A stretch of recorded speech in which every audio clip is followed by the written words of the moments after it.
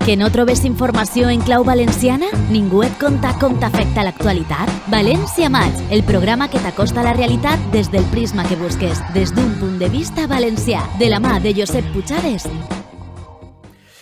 Bona nit de nou amb tots vostès. Ja hem parlat en Salvador Navarro de la Confederació Empresarial Valenciana sobre moltes coses, com afectarà als valencians les eleccions franceses. També hem parlat en Josep Egrechi sobre el carril bus, perquè finalment hi ha una nova regulació del trànsit en este carril.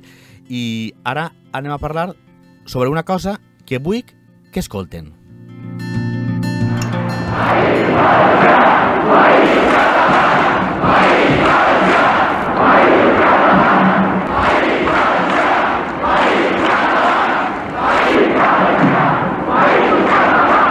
Així, el que ha de quedar clar és que el valencià, el català que parlem al País Valencià, és encara una llengua postergada, o pitjor, perseguida.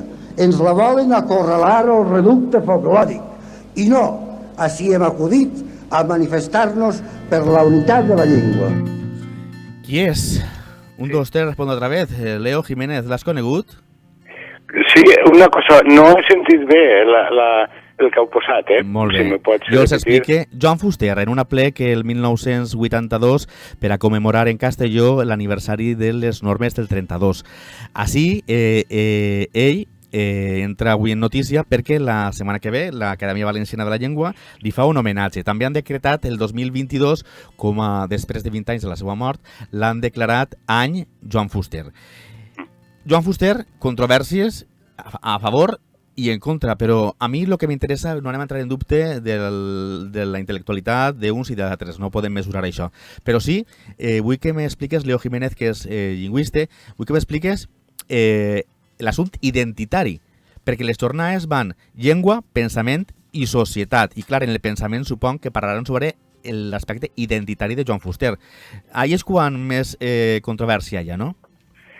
Sí, a mi Joan Fuster em pareix un intel·lectual de gran altura quan filosofa sobre obres com Causarse d'esperar, Diccionari per ociosos, i a mi m'encantava quan escrivia en Informaciones, l'article que feia setmanal, i en la revista Jano.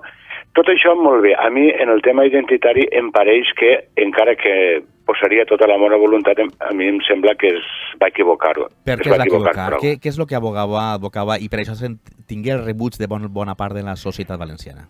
Jo crec que ell va superar el tema del regionalisme i posar la llengua en un pla que li tocava, però un poc la subordinació al català central, pues, jo en això ja sí que no estaria molt d'acord.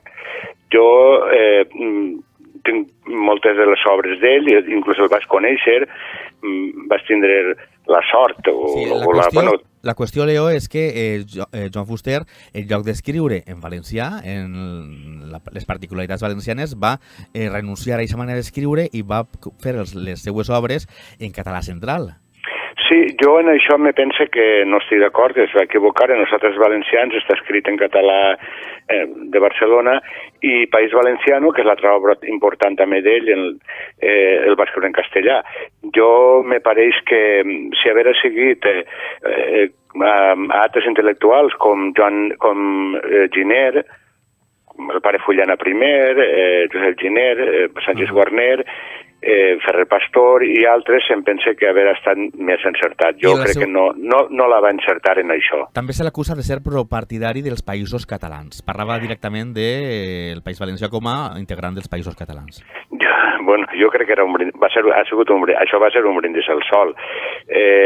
Segurament, atès la nostra inclinació a no sentir-nos valencians, o bé se sent espanyol o bé alguna altra cosa, ell va optar perquè érem una part dels països catalans. Jo crec que això està equivocat i superat.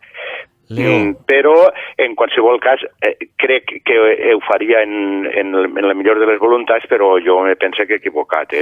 Quan vaig llegir la primera vegada Nosaltres Valencians... Leo, sí. t'hem de deixar, sense acabar el programa. Molt Ha bé. quedat clar el concís i resumit l'aspecte identitari de Joan Fuster. Gràcies, molt bona nit. Adeu, Leo. Bona nit. Adeu. La qüestió està en que com se li pot fer homenatge a una persona que va en contra de la identitat dels valencians. Bueno, a ver, yo aquí disiento un poco. Joan Fuster es un hombre... Disientes un poco. La Disiento setmana un que ve poco. continuarem parlant de la Vale. dissensió perquè se'ns acaba el temps. Recorden, nosaltres estem així en la Play Ràdio en la 107.7 en València Maig. Recorde que tornem la setmana que ve i els he de recordar que nosaltres continuem la festa, perquè avui ha sigut divertida la tertúlia, no sempre com sempre, en el pub Liverpool del carrer Sueca en el número 74. I els recorde també que si volen aprendre idiomes han d'anar a Tenmar, que està en Paterna, al carrer Joan Costa, número 5, i ahí tenen alemà, francès, anglès, rus i italià. Nosaltres, Lourdes, Jaume, ho deixem per avui. Moltíssimes gràcies per la vostra presència i adeu, fins la setmana que ve. Adeu, bona nit.